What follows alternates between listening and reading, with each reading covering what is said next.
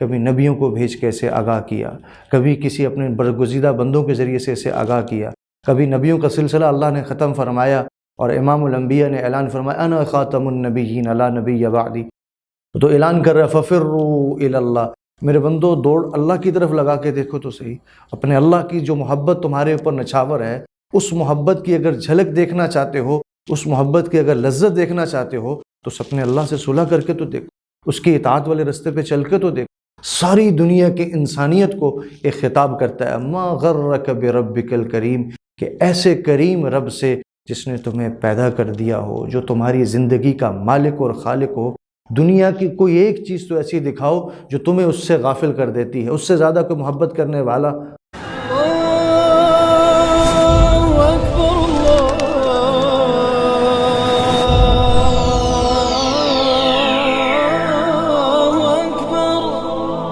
بسم اللہ الرحمن الرحیم، اللہم صلی علی سیدنا محمد وعلی آل سیدنا محمد وبارک وسلم علیہ،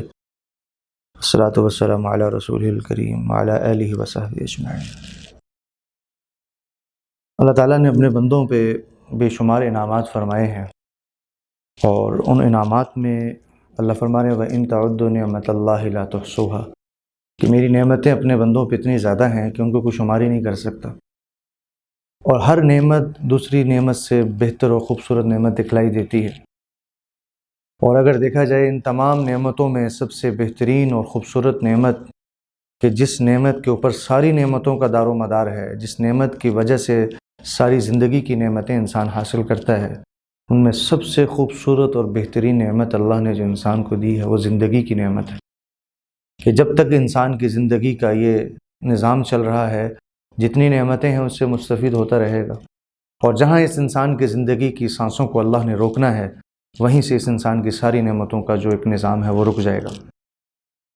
اور زندگی کی نعمت انسان کی سب سے خوبصورت ترین نعمت ہے، اور اس خوبصورت ترین نعمت کا صحیح حق کیسے ادا ہوگا، کس طرح سے پتہ چلے گا، اس کے لیے اللہ نے ہمیں بتلایا ہے کہ کل قیامت کے دن جب میدان محشر قائم ہوگا، اور میدان محشر میں جب ہر ایک انسان کے نامہ اعمال سامنے اس کے لائے جائیں گے، تو اس نامہ اعمال میں جب انسان کے دائیں ہاتھ میں نامہ اعمال آئے گا،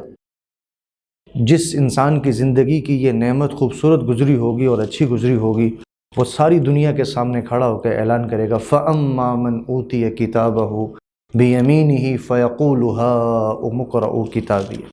إِنِّي ظَنَنْتُ أَنِّي مُلَاقٍ حِسَابِيَهْ فَهُوَ فِي عِيشَةٍ رَاضِيَةٍ فِي جَنَّةٍ عَالِيَةٍ قُطُوفُهَا دَانِيَةٌ كُلُوا وَاشْرَبُوا هَنِيئًا بِمَا أَسْلَفْتُمْ فِي الْأَيَّامِ الْخَالِيَةِ۔ یہ اعلان اس انسان کی زبان سے نکلے گا جس نے اس دنیا کی زندگی میں اس سانس نکلنے سے پہلے اس زندگی کی نعمت کی قدر کی ہوگی۔ اور اس زندگی کی نعمت کی قدر اس دنیا میں کیسے یہ کرے گا کہ قدم قدم پہ اس انسان کو یہ سوچنا ہے کہ میں نے اپنے اللہ کے ساتھ جو معاملہ کیا ہے وہ کتنا صحیح ہے، کتنا خراب، میرا اللہ مجھ سے کہیں ناراض تو نہیں ہے۔ جو انسان ہر لمحے، ہر آن، ہر گھڑی اس فکر اور سوچ کے ساتھ زندگی کی اس نعمت کے ساتھ گزرتا چلا جائے گا کہ میرا اللہ مجھ سے ناراض تو نہیں ہے، میں اپنے اللہ کے ساتھ کہیں بغاوت کر کے تو نہیں چل رہا، کہ میرے اللہ نے میرے اوپر اتنے انعامات کیے ہیں۔ اللہ کہہ رہے وَإِن تَعُدُّوا نِعْمَتَ اللَّهِ، میری نعمتوں کو تم شمار نہیں کر سکتے، فَبِأَيِّ آلَاءِ رَبِّكُمَا تُكَذِّبَانِ، تم میری کن کن نعمتوں کو جھٹلاؤ گے۔ نعمتوں کو انسان کب جھٹلاتا ہے؟ جب اس کے انعامات کی بارش ہو رہی ہو اور یہ اپنی خواہشات کی زندگی پہ چل رہا ہو، اپنی مرضی کی زندگی پہ چل رہا ہو، اور اس اللہ کے انعامات کی قدر نہ کر رہا ہو، اس کی دی ہوئی نعمتوں کو صحیح طرح سے اطاعت والے رستے پہ لے کے چل نہ رہا ہو۔ تو انسان کو اللہ نے جتنی نعمتیں کی ہیں وہ کس لیے؟ اللہ نے کائنات میں جتنی محبت اس انسان سے کی ہے کسی سے نہیں کی، اس لیے اس انسان کو ہر لمحے کامیاب دیکھنا چاہتا ہے اللہ، اور اس کامیابی کے لیے اللہ نے کبھی نبیوں کو بھیج کے اسے آگاہ کیا، کبھی کسی اپنے برگزیدہ بندوں کے ذریعے سے اسے آگاہ کیا، کبھی نبیوں کا سلسلہ اللہ نے ختم فرمایا اور امام الانبیاء نے اعلان فرمایا انا خاتم النبیین لا نبی بعدی۔ اعلان کے بعد اللہ نے خوبصورت نظام رکھا، قرآن کی شکل میں محفوظ رکھا، کہ قرآن کی کتاب بار بار اس انسان کو آگاہ کرتی ہے، بتاتی ہے کہ اے بندے تجھے یہاں رہنا نہیں ہے، تجھے یہاں سے جانا ہے، جس رب کی طرف جانا ہے، اور وہ رب بڑا کریم ہے، بڑا شفیق ہے، بڑا مہربان ہے، اس کے ساتھ اپنا تعلق، اپنی دوستی، اپنا رشتہ ایسا مضبوط رکھ کے جانا کہ کل آنے والے وقت میں ہمیشہ کی راحتیں تیرا مقدر بنے۔ اس لیے اللہ کہہ رہا ہے یا ایھا الذین آمنوا توبوا الی اللہ توبۃ نصوحا، کہ میرے بندو اللہ کے ساتھ دوستی کرو، رجوع کرو، ایسی مضبوط دوستی کہ جس دوستی کے بعد پھر واپسی پلٹنا نہ ہو۔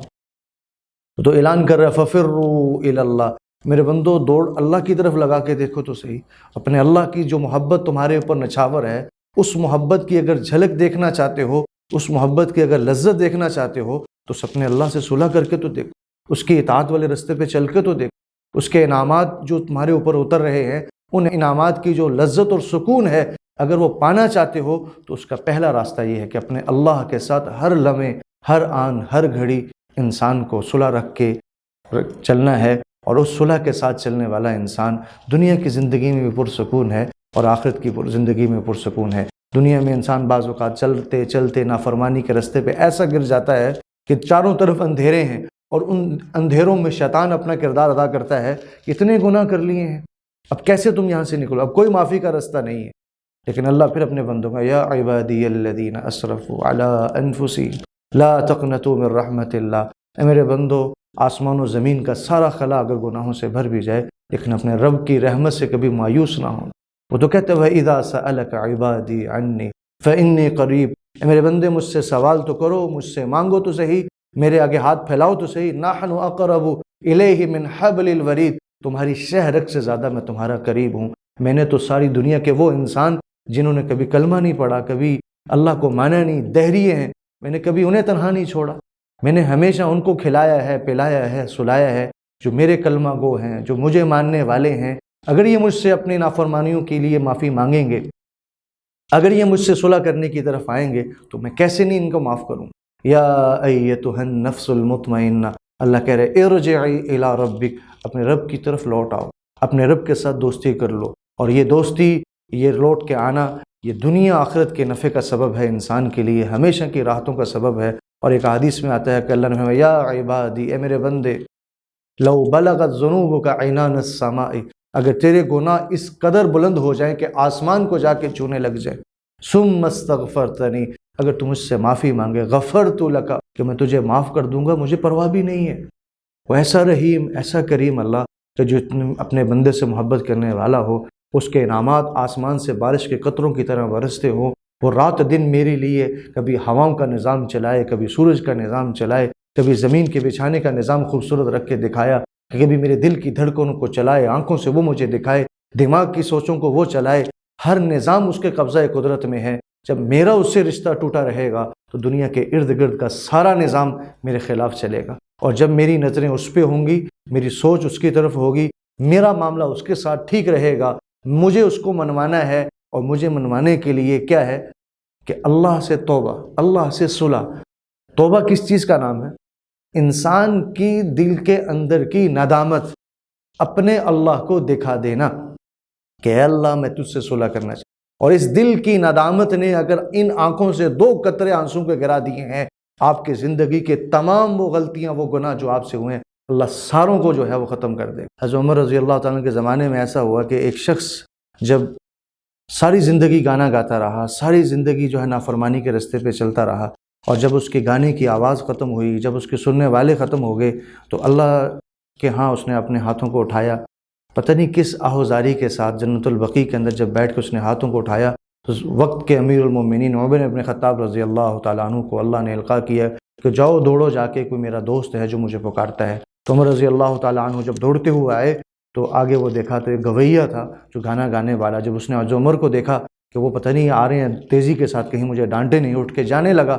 تو حضرت عمر رضی اللہ تعالیٰ نے روک لیا، کہا کہ میں آیا نہیں ہوں، مجھے بھیجا گیا ہے۔ کہا کہ کس نے بھیجا ہے؟ کہا کہ جس سے لو لگا کے بیٹھے تھے آج اس نے مجھے بھیجا ہے۔ تو کہا کہ جیسے ہی اس نے یہ سنا کہ جس رب کی میں نے ساری زندگی نافرمانی کی، جس کے لیے میں نے کبھی صحیح طرح ہاتھ اٹھائے بھی نہیں تھے، آج اگر اپنے 2 وقت کی روٹی کے لیے بھوک نے مجھے ہاتھ اٹھانے پہ مجبور کیا ہے، تو اس مالک کی محبت ایسی جوش میں آئی کہ وقت کے امیر کو دوڑا دیا۔ تو جو اللہ اپنے بندے سے ایسی محبت کرنے والا ہو، جب وہ ہاتھ اٹھائے گا اس کے سامنے دل کی ندامت کے ساتھ، تو یہ ہاتھ اٹھانا اس کی دنیا آخرت کی نجات کا سبب بنے گا۔ تو اس گویے نے جب وہ اللہ کی اس محبت کو دیکھا تو اس محبت کو دیکھ کے فرتے خوشی میں اس کے کا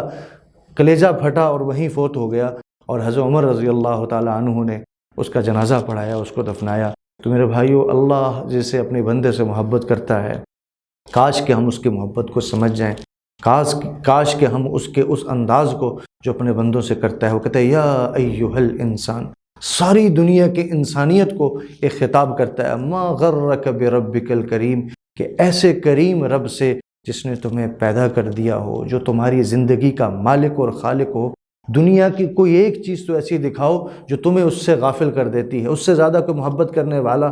اس سے زیادہ کوئی شفقت کرنے والا۔ ماں اپنے بچے سے اتنی محبت نہیں کرتی، ایک وقت میں آ کے ماں بھی اس کو کہتی ہے کہ اب تو اتنا نافرمان ہو گیا ہے، نکل جا میرے گھر سے۔ لیکن ایک اللہ ہے جو اپنے بندے سے اس درجے کی محبت کرتا ہے کہ نہ زمین اس سے چھینتا ہے، نہ ہوائیں اس سے روکتا ہے، نہ سورج اس سے روکتا ہے، نہ پخانہ پیشاب کے رستے اس کے بند کرتا ہے، آنکھوں کی روشنی کو نہیں چھینتا ہے، راتوں کو سلاتا ہے، صبح کو اٹھاتا ہے، ہر ایک نظام بڑے خوبصورت طریقے سے وہ چلاتا ہے۔ ایسے کریم اللہ سے اگر میں بغاوت کر کے چلوں گا، اس کے خلاف اپنی مرضی گزاروں، اس کی مرضی کے خلاف اپنی زندگی کو لے کے چلوں گا، تو پھر یہ حالات،